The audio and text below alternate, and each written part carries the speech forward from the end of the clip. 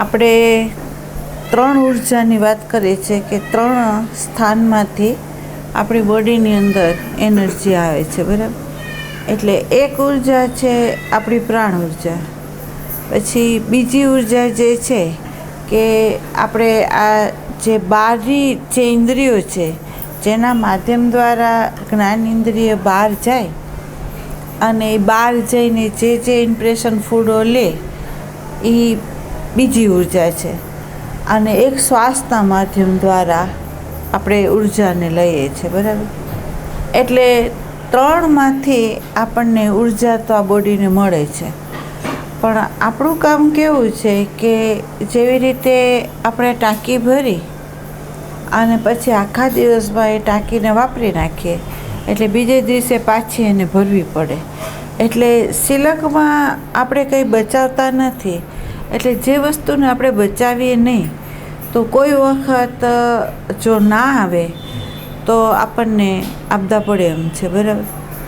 એટલે અહીંયા શું થાય કે જેવી તમારી ઉર્જા ખલાસ થઈ જાય એટલે બોડીની પોતાની પ્રજ્ઞા છે તો એ એવું કામ કરે કે એને ઊંઘ આપે અને એ ઊંઘની અંદર અહંકાર નિષ્ક્રિય થાય ત્યારે એ શ્વાસના માધ્યમ દ્વારા એ પાછી એનર્જીને એ ભરે છે, બરાબર. અને સવારે જ્યારે તમે જુઓ તો તમે એમ કહો કે ભાઈ હું થોડોક 5-6 કલાક સૂઈ જાઉં તો પાછો હું ફ્રેશ છું, બરાબર. એટલે આપણે કંઈ બચાવતા નથી, આપણે ખાલી વાપરીએ છીએ, બરાબર. અને કુદરતી છે કે તમારું ખાલી થાય એટલે તમને ભરી આપે, પણ હવે એને કઈ રીતે ઉપયોગ કરવો એની સ્વતંત્રતા તમને આપી દીધી છે, એ કુદરતે પોતે નથી રાખી.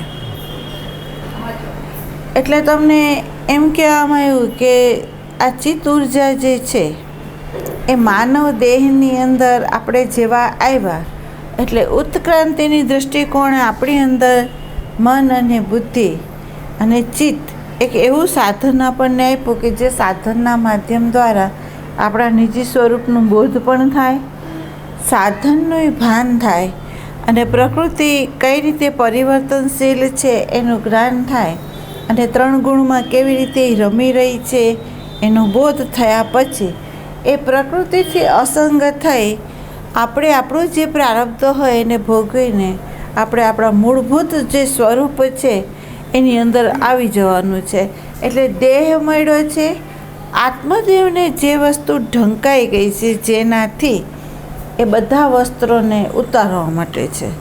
એમ નહીં કે આ અંતઃકરણ રૂપી જે જોડી છે એની અંદર ભરવાનું કંઈ નથી, પણ એની અંદર જે કંઈ ભરીને આવ્યા છો એને ખાલી જ કરવાનું છે. આપણે ભરવાનું કંઈ જ નથી, જે ભરીને આવ્યા છે એને ખાલી કરવાનું છે. બીજું એક છે કે તમને એમ કહેવામાં આવ્યું કે પ્રાકૃતિક જીવન આપણે ગુમાવી બેઠા છે અને વિચારના માધ્યમ દ્વારા આપણે શબ્દ, સ્પર્શ, રૂપ, રસ, ગંધની અંદર વિચારોના માધ્યમ દ્વારા આપણે જે ભોગમાં બહિરંગ જેટલી ગતિ વધારે કરી છે એટલી જ આપણા પ્રાણ શુદ્ધ હતા એને બદલે સ્થૂળ થઈ ગયા. એની રિધમ બરાબર હતી એ રિધમને તોડી નાખી છે આપણે. અને બીજું એક છે કે ચિત્તવૃત્તિ છે એ પોતાના સ્થાનમાં નથી રહેતી, એ બહાર ભટકી રહે છે અને મન છે અનેક પ્રકારના સંકલ્પો વિકલ્પોની અંદર આપણને આરામ નથી દેતું, એ દોડાવ્યા જ કરે છે આપણને બહિરંગ, બરાબર. તો જ્યાં સુધી આપણી અંદર બેહોશી હશે ત્યાં સુધી ઘટના આમ જ ઘટશે, બરાબર. બીજું તે દિવસે પૂછવામાં આવ્યું તો ભાવ બાબતમાં તો આપણે એમ કહીએ છીએ મને ખબર છે, મને જાણ છે, પણ ક્યારેય આ બાબતમાં આ આન્સર તમારી અંદર ન નીકળવો જોઈએ. એટલા માટે ન નીકળવો જોઈએ કે એક સેજ પણ કોઈ વ્યક્તિ જાગે ને તો તમને ખબર છે કે ભર ઊંઘમાં સૂતેલું બાળક હોય કે કોઈ વ્યક્તિ હોય અને એને આપણે 5 કે 4 વાગે જગાડીએ અને એ વ્યક્તિને ઊંઘ આવતી હોય તો એ જાગે ખરો, ઉઠે ખરો અને પછી પાછો સૂઈ જાય, તો એ જાગેલો ન કહેવાય. જાગેલો કોને કહેવાય કે જે ઉઠ્યો જગાડવામાં આવ્યો અને એ જાગ્યો પછી સૂતો જ નહીં.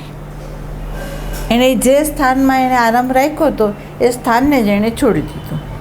બરાબર. તો આપણને સંતો દૃષ્ટિ તો આપે છે, આપણને એ જગાડી તો રહ્યા છે, પણ આપણે કેમ માની રહ્યા છે કે હું જાગી રહ્યો છું, મને ખબર છે, અંદર શું થાય છે એ ખબર છે, બહાર શું થાય છે એ ખબર છે, પણ ખબર કેવી છે તો કે પેલો તંદ્રામાં જે વ્યક્તિ બોલે છે એવી. વાસ્તવિક ખબર નથી. વાસ્તવિક જો એને ખબર પડે તો પછી એની દરેક વસ્તુ છે એના ભાનમાં હોય, અભાનમાં ના હોય. બરાબર. એટલે અહીંયા આપણી જે પ્રાણ ઉર્જા છે એ પણ સ્થૂળ થઈ છે, એ પણ એની રીધમ તોડી નાખી છે. એવી જ રીતે આપણા જે ભાવો છે, જેની અંદર ભાવની અંદર આપણે એમ કહી શકીએ કે કામ, ક્રોધ, લોભ, મોહ, રાગ, દ્વેષ, એ જે છે ભાવની અંદર વિકૃતિઓ, એ વિકૃતિ એટલી બધી વધી ગઈ છે પરાકાષ્ઠાએ કે જેની અંદર એ ભાવ પ્રેમ સ્વરૂપે હતો એને બદલે કામ, ક્રોધ, લોભ, મોહવાળો છે, કે જેની અંદર રાગ છે. અને એ રાગની અંદર આપણે વહી રહ્યા છે. જેને તમે એમ કહેતા હતા કે અમે એની જોડે સારી રીતે વર્તીએ, અમે એની જોડે પ્રેમ રાખીએ તો સામે વ્યક્તિ છે એ એનો અનાદર કરે અને એને એવી રીતે આપણી સામે વર્ણન કરે કે જેમાં આપણને પીડા થાય એમ. અને એમ કે તમારે તો અમારું કરવાના છે ને તમે જશો ક્યાં. બરાબર. તો એ જે આપણે વ્યવહાર કર્યો છે એ પણ રાગમાં કર્યો છે. કેમ? તો ધારો કે એ વ્યક્તિઓએ આપણી જોડે જે જવાબ આપ્યા, એ વ્યક્તિએ આપણી જોડે જે વ્યવહાર કર્યો, તો એની અંદરથી આપણી અંદર ફરિયાદ ઉઠી છે અને એ ફરિયાદે આપણને સાબિતી પૂરી છે કે આપણે પ્રેમથી નહીં, રાગથી વયા છે, અપેક્ષાથી વયા છે, આગ્રહથી વયા છે. બરાબર. ઇમેજની ખાતર વયા છે, પણ અહીંયા હેતુ વગર આપણે વયા નથી, હેતુ સાથે વયા છે. પછી XYZની અંદર બાળકો હોય તોય ભલે, બીજા સંબંધો હોય તોય ભલે, પણ આપણી અંદર હજી હેતુ ગયો નથી, કારણ કે ફરિયાદ છે. બરાબર. એટલે ભાવોની અંદર વિકૃતિ આપણી અંદર આવી ગઈ. કેમ? તો કે વિચારના માધ્યમ દ્વારા જો બહિરંગ ગતિ હોય તો એની અંદર પસંદગી હોય, એની અંદર હેતુય હોય, અને ઘટના એવી છે કે આપણને એમ લાગે છે કે આપણે બહાર જઈએ છીએ, હકીકતમાં એમ નથી. પણ એટલું મશીનવત આપણે થઈ ગયા છે કે જે પ્રમાણેની અંદર ડેટા છે એ ડેટા અનુસાર બીજી વ્યક્તિ ચાપ દાબે છે અને આપણે ગતિ કરીએ છીએ. આપણા હાથમાં આપણી સ્વિચ નથી. બરાબર. એટલે એની અંદર આપણું જે વહેવું છે એમાં ક્યારેય એમ નહીં કહેતા કે અમે પ્રેમથી વયા છીએ, અમારી અંદર કંઈ હતું નહીં, એમ નહીં કહી શકીએ આપણે. બરાબર. ત્રીજું છે કે વિચાર. એ વિચારની અંદર જ્ઞાતમાંથી જેટલા વિચારો આપણી પાસે ઉઠે છે એ બધા વિચારો કેવા છે, તો જે અનુભવમાં હોય તે, સાંભળેલા હોય તે, વાંચેલા હોય તે, બસ એ વિચારથી બીજા વિચારો આપણી પાસે નથી. બરાબર. એવો કોઈ વિચાર આપણો નથી કે જેમાં આપણે સાંભળ્યું ન હોય અને જોયું ન હોય, અનુભવ્યું ન હોય અને એનો વિચાર ઉઠે. તો એવું આપણી અંદર ક્યારેય નથી. જે સાંભળેલું હોય, જોયું હોય, અનુભવેલું હોય, એમાંથી જ એક વિચાર ઉઠે. બરાબર. વિચારની એવી તાકાત છે કે છે મૃતપાય, છે જડવત, પણ જો એની સાથે આપણે તાદાત્મ્ય થઈએ તો એ ચેતનવંતુ એટલે હદ સુધી છે કે તમે ન ધારો ને એટલું એ કરી શકે. તો આપણને બધાને ખબર છે કે આ વિચારથી જ આ વિશ્વ ઊભું છે. બરાબર. એટલે વિચારથી ઊભું છે, એટલે જ્ઞાતથી ઊભું છે, સંસ્કારોના માળખાના આધારે ઊભું છે.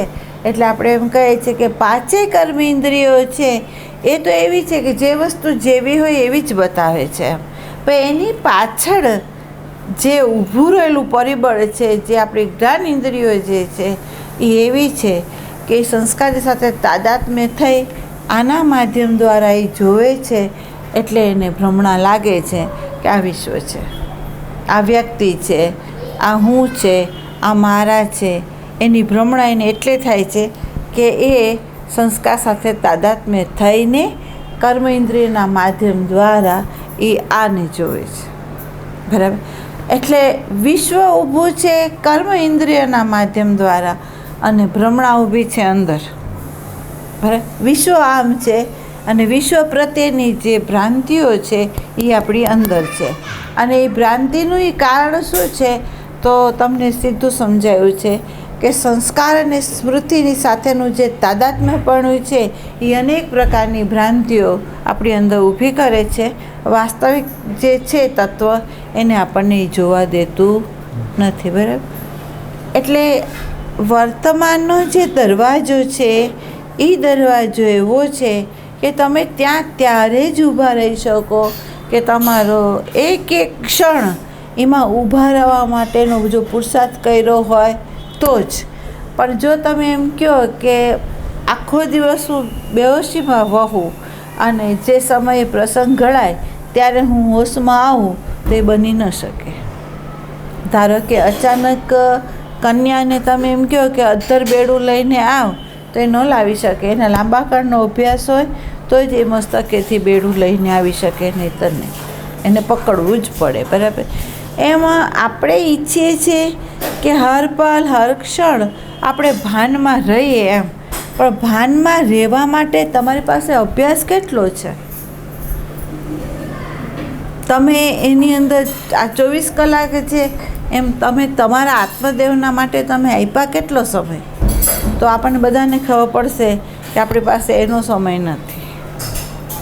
બરાબર. બીજું, જેમ તમને એમ કહ્યું કે અંતઃકરણ છે એ અંતઃકરણને ખાલી કરવાનું છે, એમાં કંઈ ભરવાનું નથી. તો એ ખાલી ક્યારે થાય? તો કે જેમ આપણે એમ કહીએ છીએ કે બેસુરા તાલ હોય એમાં એ ખાલી ના થાય. રિધમ આવે તો એની અંદર ખાલી થવાની યોગ્યતા ગણાય અને એ યોગ્યતા એને જો પ્રાપ્ત થાય તો એ એમાં કામ કરી શકે, નહીં તો નહીં. તો અંતઃકરણ પાત્ર જોઈએ છે. અને એ અંતઃકરણ કેવું પાત્ર જોઈએ છે? તો કે એને એક ખીલો મળ્યો હોવો જોઈએ. બીજું, જે ખીલામાં સ્થિર થઈને જોવાની દૃષ્ટિ પણ એને મળી હોવી જોઈએ. બરાબર.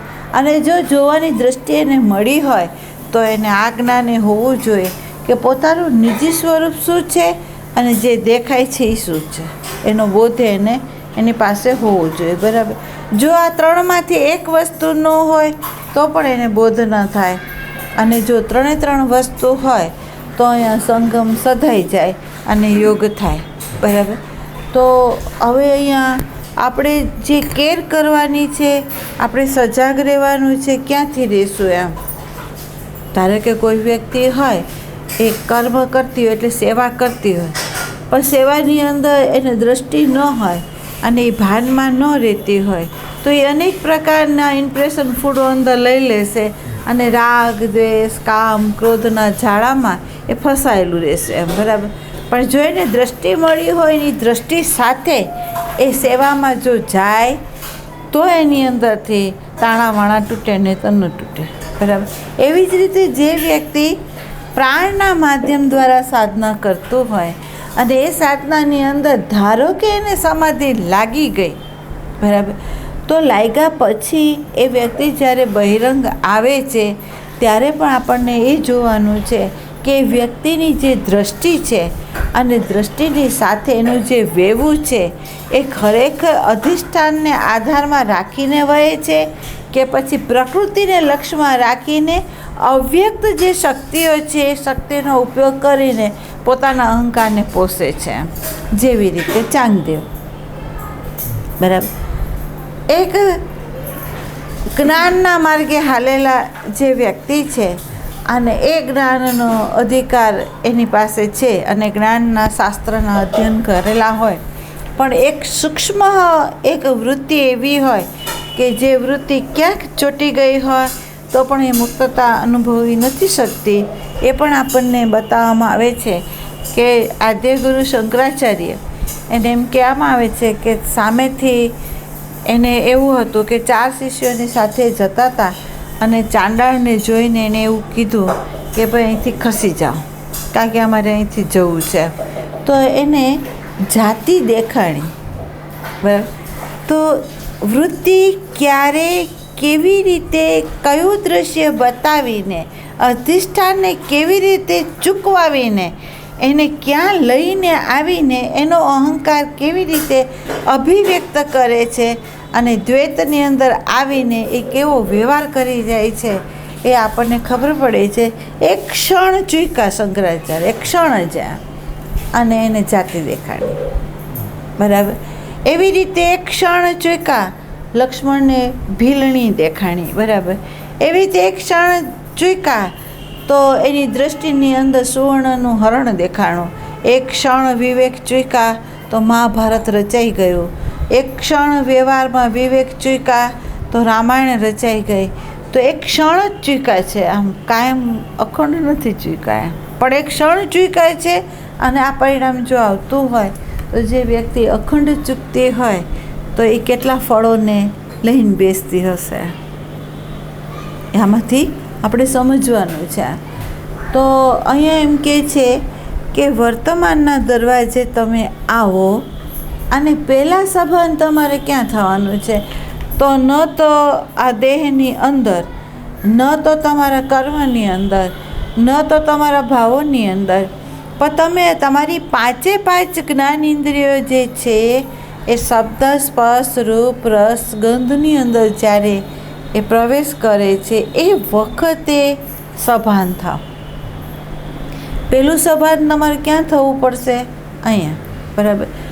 આ દેહની અંદર, જાગ્રત અવસ્થાની અંદર 5 જ્ઞાન ઇન્દ્રિયોમાં મુખ્ય તો તમને ખ્યાલ હોય ને તો આંખ, કાન અને જીહવા એક 3 એવું સાધન છે કે જે વધારે પડતું બહિરંગ જે પદાર્થો છે એને ગ્રહણ કરે છે અને ગ્રહણ કર્યા પછી એની સાથે તાદાત્મ્ય થઈને વહે છે. બરાબર. હવે જો તમે ત્યાં સભાન થાવ તો તમને ખબર પડશે કે આ 5 જ્ઞાન ઇન્દ્રિયો છે એમાં જો હું સભાન થાવ તો અધિષ્ઠાનને જો હું લક્ષ્યમાં રાખું, પ્રકૃતિના સ્વરૂપને હું બરાબર જો સમજી ગઈ હોઉં તો મારા દેહની આવશ્યકતા કેટલી છે એનું જો તમને ભાન હોય તો આ 5 જ્ઞાન ઇન્દ્રિયની અંદર જે બેહોશીને કારણે ઉર્જાનો વ્યય થતો હતો એ નહીં થાય. બરાબર.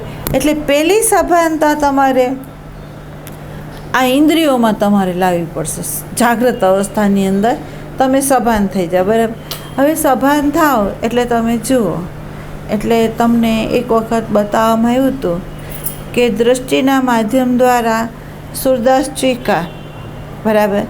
રામતીર્થ ચૂક્યા, અજામિલ ચૂક્યા, પણ એક ચોથો સંત છે કે જેણે એવું કર્યું કામ કે એણે જોયું, ભાનમાં જોયું, અને ભાનમાં જોયા પછી ન તો એને ઇન્દ્રિયોનું દમન કર્યું, ન તો એને કોઈ શિક્ષા કરી, ન તો એને ફોડી નાખ્યું, પણ એણે કર્યું શું?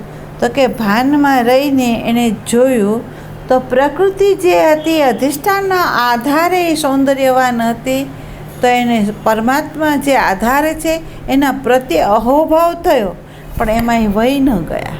વિકૃતિ આવે ક્યારે? અધિષ્ઠાન ચૂકી જાઓ અને રૂપને તમે જો તાદાત્મ્ય થાવ તો તમારી અંદર વિકૃતિ આવે, પણ અધિષ્ઠાન જો આવી ગયું તો તમારી અંદર વિકૃતિ નથી. બરાબર. તો અહીંયા જે કૃષ્ણમૂર્તિ છે, કબીર છે, એખાર ટોલે છે, એ બધા સંતોએ શું કહે છે? જાગો, જાગો પછી જાણો. બરાબર. અને જાણ્યા પછી જે બોધ થાય એ બોધને સ્વીકારો તમે. તો આપણને બોધ શું થયો? તો અધિષ્ઠાનનો બોધ થયો, અને અધિષ્ઠાન પ્રત્યે આપણો અહોભાવ થયો, તો આપણે રૂપમાં ગતિ નથી કરતા. બરાબર. એવી રીતે કર્ણ ઇન્દ્રિય હોય, એ કર્ણ ઇન્દ્રિયની અંદર અનેક પ્રકારના શબ્દો આવે છે, અનેક શબ્દોનો એ નશો છે આપણી અંદર, પણ જો એની અંદર ગુરુ દ્રષ્ટિ મળી હોય તો આપણને ખબર પડે છે કેટલી સાંભળવાની જરૂર છે, કેટલી સાંભળવાની જરૂર નથી. એનો જેવો વિવેક થાય તો આ ઇન્દ્રિયના માધ્યમ દ્વારા પણ આપણે ઉર્જાનો વ્યય નથી કરતા. બરાબર. રસના ઇન્દ્રિયમાં આપણે વ્યય નથી કરતા, અને જો આમાં આપણે વિવેક આવી ગયો 5 જ્ઞાન ઇન્દ્રિયની અંદર, તો હવે તમે થોડુંક વિચારો કે ધારો કે તમારો અહીંયા વિવેક આવ્યો તમારી અંદર, તો આ બોડીની આવશ્યકતા હોય એટલું જ તમે ગ્રહણ કરશો, અને બિન આવશ્યકતાને તમે આપોઆપ છોડી જ દેશો, કારણ કે તમને ભાન છે આની અંદર, બરાબર. તો તમે વધારાનું જે છોડી દો છો તો ઉર્જા આપોઆપ બચે છે, બરાબર. હવે એ ઉર્જા જે બચે છે એ ઉર્જા પ્રકાશ ક્યાં કરશે એમ, તો કે જ્યાં જ્યાં એ સહયોગ કરશે ત્યાં ત્યાં અંદરનું બીજ અંકુર ફોડશે તો એ અંકુર ઉપર કામ કરશે. પણ જ્યાં સુધી તમે આ કેર નહીં હોય તમારી અંદર તો ઉર્જા વપરાશે એ બચશે નહીં, બરાબર. એટલે પહેલાં બહિરંગ જેવી વૃત્તિ નીકળે તો અહીંયા સભાન રહો કે આ વૃત્તિ સંસ્કાર સાથે ન જવી જોઈએ અને વિષયોની સાથે ભલે જોડાય, આવશ્યકતા હોય એટલું એ ગ્રહણ કરે, અધિષ્ઠાન ઉપર એની દ્રષ્ટિ રહે, પ્રકૃતિનું પૂરેપૂરું એને જો બોધ રહે તો એ જ્ઞાન જે છે એ સ્વરૂપનું જ લેશે, બીજાનું નહીં, બરાબર.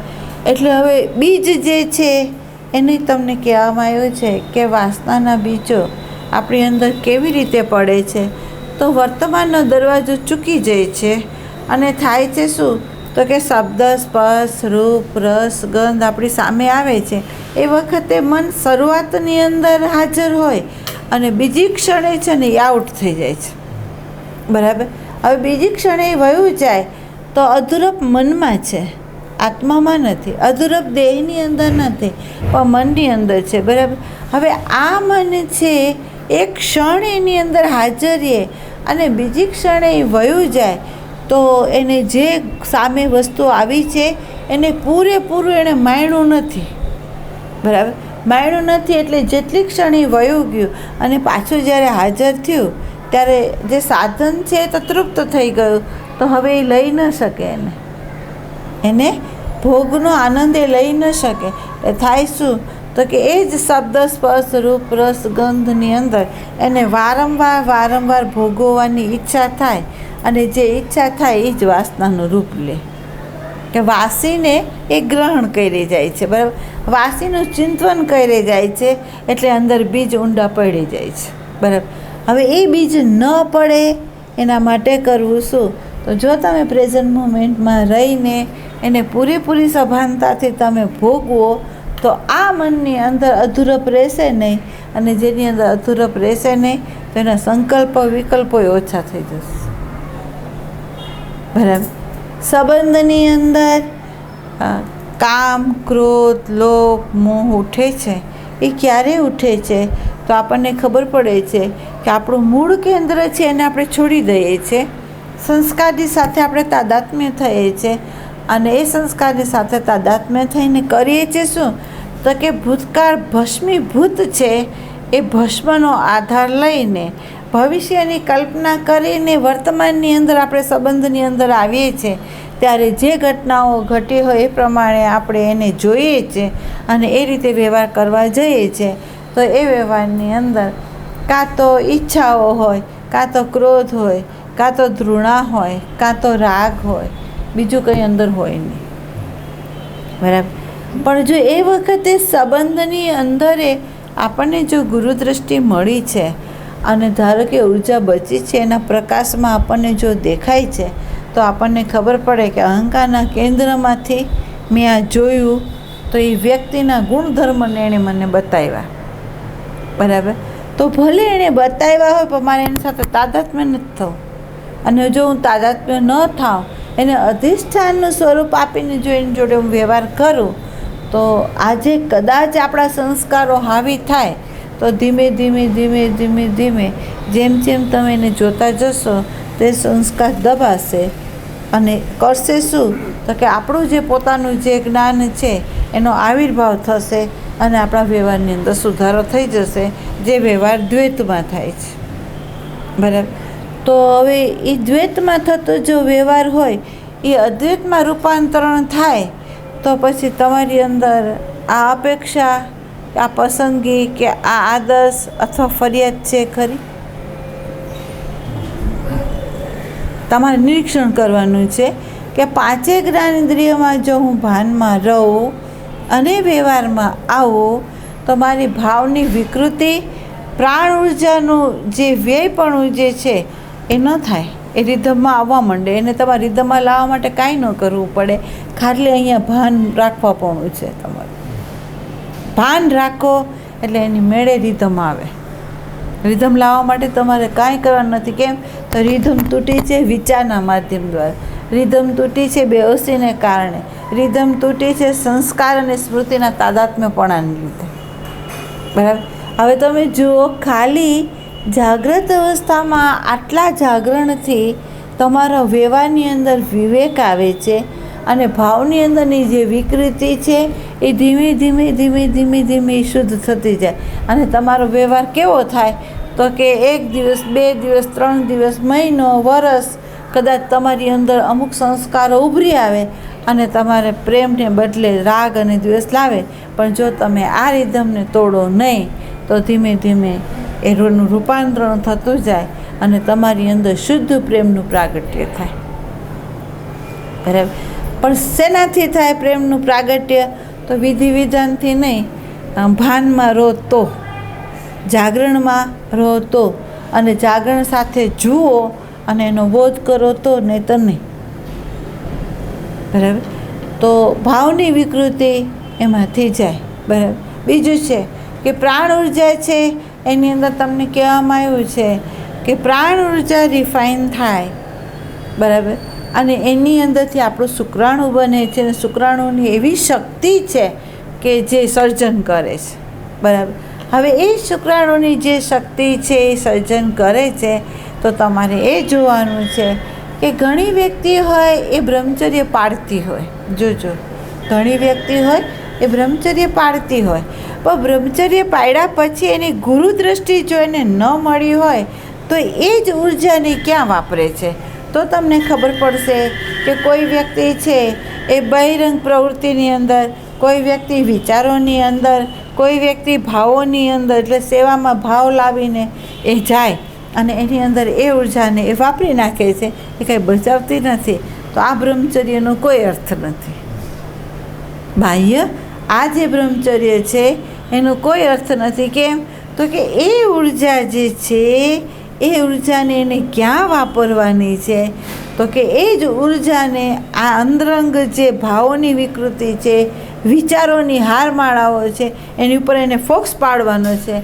એના બદલે આપણે એ ઉર્જાને આવી રીતે બહિરંગ વિધિ વિધાનો અને જેમાં આપણે એમ કહીએ કે સમાજે એમ કીધું કે ધર્મની પ્રવૃત્તિઓ જે કહે એમાં આપણે વાપરી નાખીએ છીએ.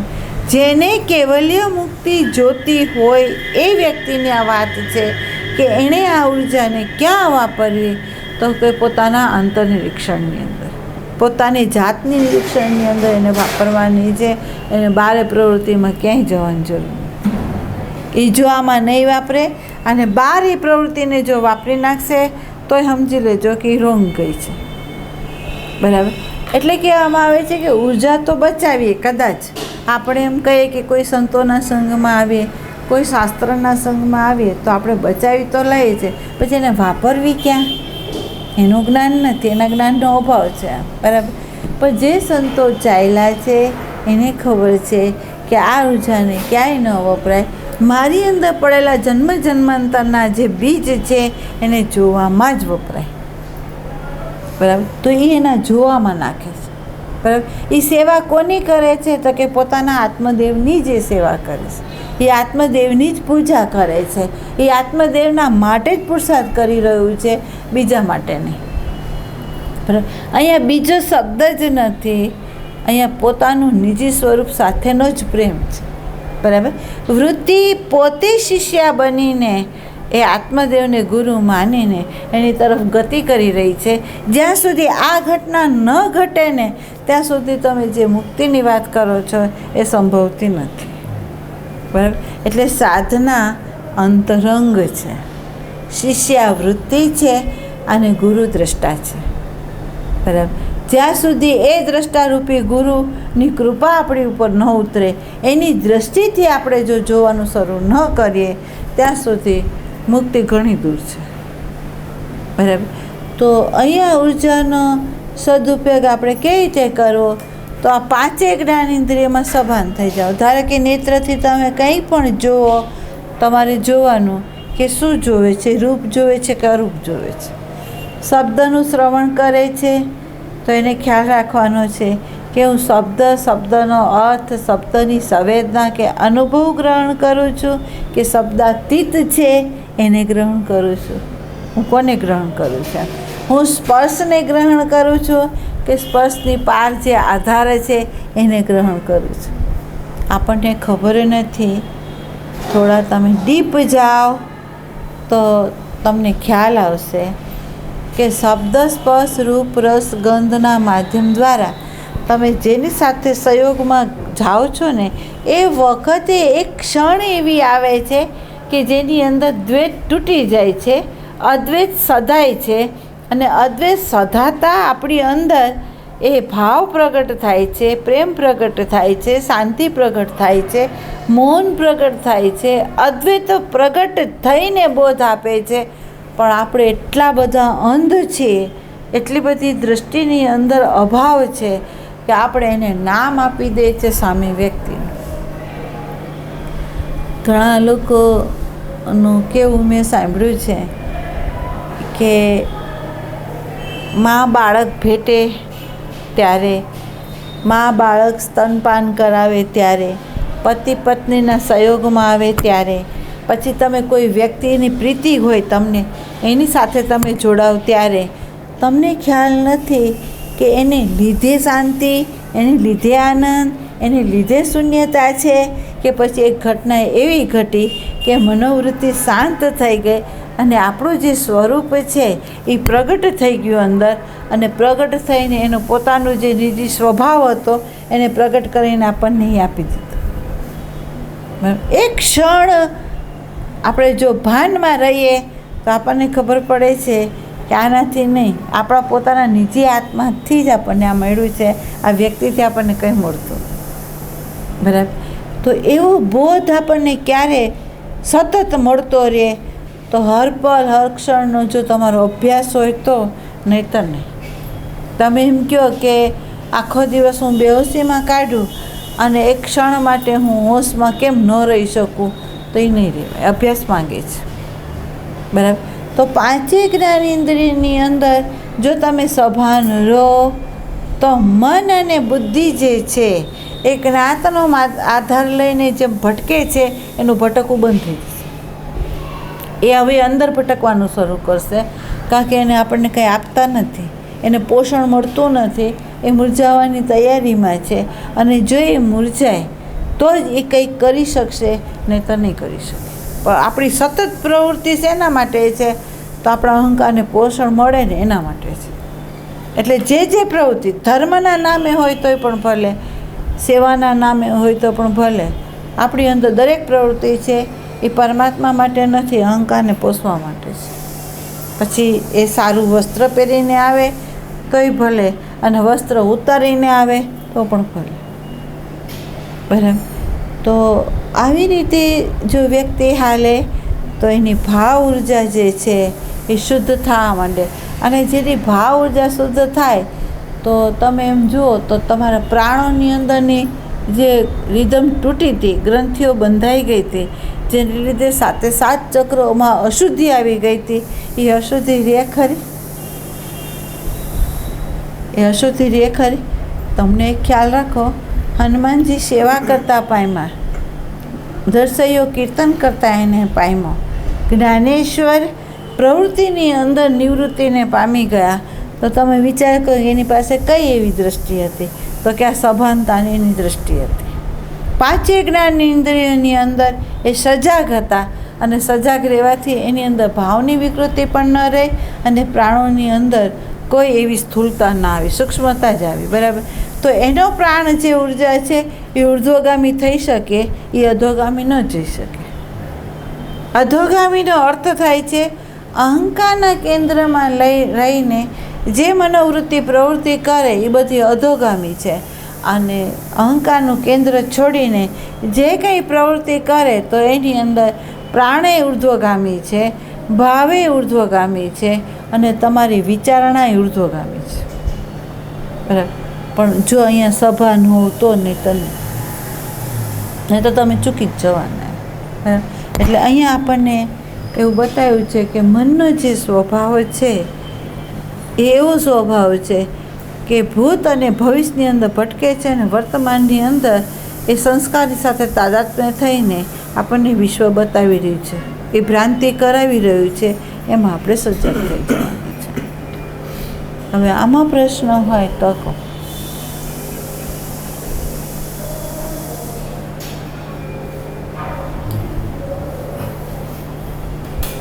એક ધ્યાન દેવાનું,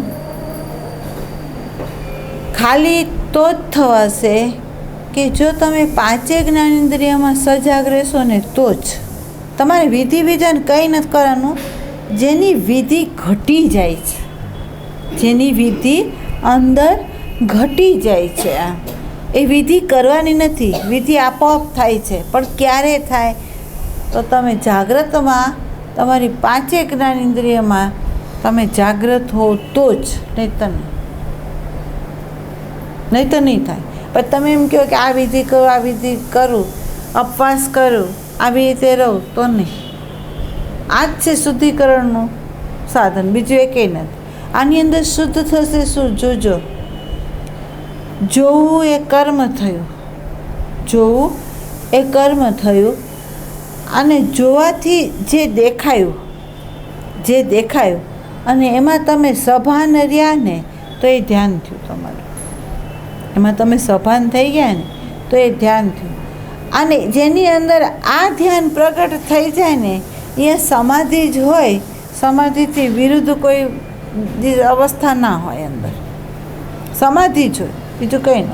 બરાબર. હવે તમે વિચાર કરો, ખાલી આટલું જ કરવાનું છે, એ આપણે ચૂકીએ છીએ. આ જ નેત્રથી જોઈએ છે, પણ એની અંદર આપણે સભાન નથી રહેતા કે આપણે કઈ રીતે એને જોઈ રહ્યા છે. નેત્ર આ જ છે. નેત્રની પાછળ મન આ નેત્ર જે જુએ છે ને એને વિકૃત કરી નાખે છે. બરાબર. પણ જો તમે ત્યાં સભાન હો તો નેત્ર જે બતાવે છે ને એટલું જ તમને દેખાય, બીજું કાંઈ ન દેખાય. બરાબર. તો વાસ્તવિક જે છે એ બતાવી દે તમને. અને વાસ્તવિક જે દેખાતું જે દ્રશ્ય છે એ દ્રશ્ય કોના આધાર ઉપર છે, એ દ્રષ્ટિ જો આપણને મળી ગઈ હોય તો આ દ્રશ્યનું મૂલ્ય તૂટી જાય છે અને જે એનો આધાર છે ને એનું મૂલ્ય વધી જાય છે. એટલે કોઈ પણ વ્યક્તિ છે એ ફોતરા પસંદ ન કરે, ફોતરાની અંદર રહેલો જે ચોખ્ખો છે ને એને જ પસંદ કરે અને એને જ લઈ લે. બરાબર. પણ જેને ભાન નથી એ ફોતરા લેશે, જેને ભાન છે એ ચોખ્ખા જ વીણશે, બીજું નહીં વીણે. એટલે એમ કહે છે કે ભાઈ દ્રષ્ટિ કેવી રાખો? તો કે હંસ જેવી. કેવી? તો કે દૂધ અને પાણીને જુદું કરી નાખે છે. તમારી દ્રષ્ટિ જેવી હોવી જોઈએ કે જે દ્રશ્ય છે તે અને દ્રશ્યને જે જોવે છે દ્રષ્ટા છે એ બેને જુદા પાડી શકે. આ દ્રષ્ટિ હોવી જોઈએ તમારી અંદર. અને જો એ ન હોય તો વાસનાના બીજો છે, એનાથી મુક્તિ આપણને મળે એમ નથી. આ ફેક્ટ છે. બરાબર. પ્રશ્ન હોય તો કહો. બીજું, સાધક સાધના કરવા માંગતો હોય તો, એટલે તમને ખ્યાલ હોય તો એમ કહે છે કે અધ્યાત્મનો અધિકારી કોણ? જોજો હે, અધ્યાત્મનો અધિકારી કોણ? તો કે સંતનો સંગ કરે, 24 કલાક સત્સંગ કરે, શાસ્ત્રનું અધ્યયન કરે અને એનો પઠન પાઠન કરીને અભિવ્યક્ત કરે, એ અધ્યાત્મનો અધિકારી છે એમ તમે માનો છો? જોજો, અધ્યાત્મનો અધિકારી આ બધું કરે છે એને તમે માનો છો કે આપણે અધ્યાત્મના અધિકારી છીએ? એની અંદર આ દ્રષ્ટિ છે, હંસ જેવી દ્રષ્ટિ છે.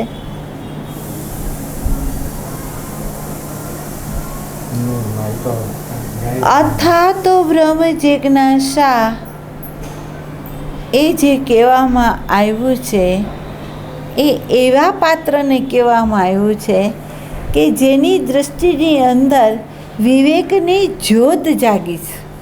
જેની દૃષ્ટિની અંદર વિવેકની જ્યોત જાગી છે અને આ જ્યોત પ્રકાશ કરીને દ્રશ્ય અને દ્રશ્યનો જે આધાર છે, દ્રશ્ય અને દ્રશ્યનો જે પ્રકાશક છે, એનો બોધ છે ને, એટલે એ પ્રકાશકને ગ્રહણ કરે છે. જે દ્રશ્ય થાય છે, જે સામે દેખાય છે, એને ગ્રહણ કરતો જ નથી, એને સ્પર્શ કરતો નથી. બરાબર. એવો જેની અંદર વિવેક જાગ્યો છે, એ અહંકારની જેટલી પ્રવૃત્તિ છે ને એમાં એને વૈરાગ છે. અહંકાર પ્રત્યેની જેટલી પ્રવૃત્તિ, બહિરંગ હોય તોય ભલે, અંતરંગ હોય તોય ભલે, એ પ્રવૃત્તિની અંદર જેને વૈરાગ છે, એવું જે પાત્ર છે. બરાબર. અને એવા પાત્રની અંદર જ જેમાં ઘટના ઘટે, તમને કહ્યું ને કે પાંચે જ્ઞાન ઇન્દ્રિયની અંદર જે સજાગ છે, એની ભાવમાં વિકૃતિ નથી, એના પ્રાણોની રિધમ છે, એવી વ્યક્તિને નિયમનમાં આવવું ન પડે, એને મનનો નિગ્રહ ન કરવો પડે, એ આપોઆપ થાય છે. બરાબર. એ આપોઆપ થાય. જેમ આપણે એમ કહીએ છીએ કે પાંદડું સુકાય તો એને તોડવું ન પડે, એ આપોઆપ ખરી જાય છે. બરાબર. એમ જેની વિવેકની જ્યોત અંતરંગ જાગી અને એની અંદર અહંકારની પ્રવૃત્તિ પ્રત્યેનો વૈરાગની પાંખ જોડાઈ ગઈ, તો એનો મનનો નિગ્રહ, ઇન્દ્રિયનો નિગ્રહ આપોઆપ થઈ જાય છે, એને કરવો નથી પડતો. બરાબર. એની હારપલ હરક્ષણ પોતાની સામે, પોતાની જાતની સામે આવતી વખતે એને જે કંઈ તપ કરવું પડે, એની અંદર જે તિતિક્ષા હોય એ કરી શકે છે. કેમ? તો એની અંદર વિવેકને વૈરાગ્ય બેય છે. એની અંદર વિવેકને વૈરાગ્ય બેય છે, એટલે એ અંતરંગ એની પોતાની જાતની સામે એને જે કરવું ઘટે એ કરી શકે છે, એને જે ખોવું પડે એ ખોઈ શકે છે. પણ અહંકારને એ પોષવા માંગતો નથી. બરાબર. તો એને ગમે એટલી સહન કરવાનું આવે તો એ કરી જશે. કે આ માસ છે, બેહોશીનો માસ છે, એની વચ્ચે એને જાગવાનું છે. તો એ જાગી ક્યારે શકે? તો આ બે એની અંદર હોય તો. બરાબર. તો પાંચે જ્ઞાન ઇન્દ્રિયની અંદર વિવેકની જ્યોત હોય અને અંતરંગ અહંકારની પ્રવૃત્તિમાં વૈરાગ હોય, તો એના ભાવમાં વિકૃતિ કેવી રીતે સંભવે? એની પ્રાણોની રિધમ કેવી રીતે તૂટે? એ રિધમમાં ઓટોમેટિક આવી જાય. જેવી રીતે આપણે કહીએ છીએ કે માલિક હોય મિલનો, એ હાજર થાય અને એના કામવાળા આપોઆપ એને જે કામ સોંપાણું હોય એને કાર્યમાં એ સ્થાય થઈ જાય અને પ્રવૃત્તિ જે કરતા હોય એ વ્યવસ્થિત કરવાનું શરૂ થઈ જતું હોય. એવી રીતે આપણે આપણા ઘરની અંદર આપણે હાજર છીએ, તો પ્રાણની રિધમ તૂટે કેવી રીતે? રિધમમાં આવી જાય. બરાબર. જાગરણ અહીંયા કરવાનું છે. એટલે આપણે કહીએ છીએ આ વર્તમાનનો દરવાજો છે. વર્તમાનમાં રહીને આ પાંચે જ્ઞાન ઇન્દ્રિયમાં તમે સભાન થઈ જાઓ, તો જ ઘટના એવી ઘટશે કે આ બે જે તમારી અંદર વિકૃતિઓ છે ને દૂર કરવા માટે પ્રવૃત્તિ નહીં, ખાલી જાગશો એમાંથી વિકૃતિઓ દૂર થશે. અને વિકૃતિ દેખાશે, વિકૃતિનું કારણ દેખાશે. તમને કારણની અંદર તમારો અહંકાર જ હશે, તમારા સ્વરૂપનું અજ્ઞાન જ હશે, બીજું કોઈ કારણ નહીં હોય. જ્યાં ઝઘડો થાય, જ્યાં શાંતિ આવી જાય, તો સમજી લેવાનું કે અહીંયા અજ્ઞાન કારણ છે. તો એની ઉપર આપણે પ્રકાશ કરવાનો છે. એટલે વિષય છે મન છે. મન વર્તમાનની અંદર રહેવા નથી માંગતું, એને ભૂત અને ભવિષ્ય તરફની ગતિ છે. વર્તમાનની અંદર એ સંસ્કારો સાથેનું તાદાત્મ્યપણું છે, એટલે આપણને વર્તમાનનો દરવાજો ચૂકાવે છે. એટલે એની કેવી કેવી પ્રવૃત્તિઓ હોય એ તમે જો આ પાંચે જ્ઞાનેન્દ્રિયમાં સભાન થાવ તો તમને આપોઆપ દેખાશે કે મન શું કરે છે, મન શું દેખાડે છે, મન શું વસ્તુઓ જોઈને સંકલ્પ કરે છે, એ બધું તમને દેખાશે. એની અંદર કેટલો અભાવ છે, એની અંદર કેટલી અતૃપ્તિ છે, એનો બોધ થશે. એ સંકલ્પ શેના કરે છે? તો એના જીવવા માટેના સંકલ્પો અનેક કરે છે, એના મૃત્યુ માટેનો એકેય સંકલ્પ નથી. બરાબર. તો આ જોડી હર પલ હર ક્ષણ ભરાતી જાય છે, પણ ખાલી નથી થતી. આપણે જે બીજ લઈને આવ્યા હતા, તમને ખબર હોય એક વ્યક્તિ એવી હોય કે જેને વ્યવહારિક વ્યવસ્થાનું જ્ઞાન જો આપવામાં ન આવ્યું હોય તો એ વ્યક્તિ એવી હોય કે દુકાને જઈને ઉધાર માલ મળતો હોય તો એ 2000નો માલ તો લઈ આવે, પછી 1લી તારીખે ચૂકવવા જાય તો 1500 રૂપિયા આપીને 500 ઉધાર રાખે અને બીજા 2000નો માલ લઈ આવે. પણ પેલા 500 2000ની અંદર 500 વધારી નાખ્યા, એને ઘટાડ્યા નથી, એને પૂરા ચૂકવા નથી. એ કામ આપણે કરી રહ્યા છીએ. શું? તો આ જન્મનું જે પ્રારબ્ધ છે એને ભોગવીને પૂરું કરવાનું છે અને બીજું કંઈ કરવાનું નથી. એને બદલે આપણે એ કામ કરીએ છીએ કે પ્રારબ્ધ ભોગવીએ છીએ અને બીજા આપણે કરી લઈએ છીએ. ક્રિયમાણ કર્મ બીજા ઊભા કરી દઈએ છે. તો વિચાર કરો કે આ દેવું ચૂકવાશે ક્યારે? અને આ ક્યારેય એવું નહીં માનતા કે બુદ્ધિએથી લીધેલું જ્ઞાન એ તમારા અંતઃકરણની અંદર વાસનાના બીજોને ખેરવી શકે એ નથી. એની આગળ પ્રકાશ નથી. એની આગળ પ્રકાશ નથી. પ્રકાશ સ્વયંનો જ જોશે, સ્વયંનો જ આત્મદેવનો જ પ્રકાશ જોશે, બીજાનો પ્રકાશ કામ નહીં આપે. એટલે આપણે કહીએ છીએ ને, એક સંત મુક્ત થયો તો અનંત વિશ્વ કેમ મુક્ત ન થયું? પણ વ્યક્તિની અંદર અવરોધક પરિબળ છે. વ્યક્તિએ ખુદે અવરોધક પરિબળને હટાવવું પડશે અને સ્વયં પુરુષાર્થ કરશે તો જ એ હટશે, બીજાથી નહીં હટે. એટલે અહીંયા તમારે સભાન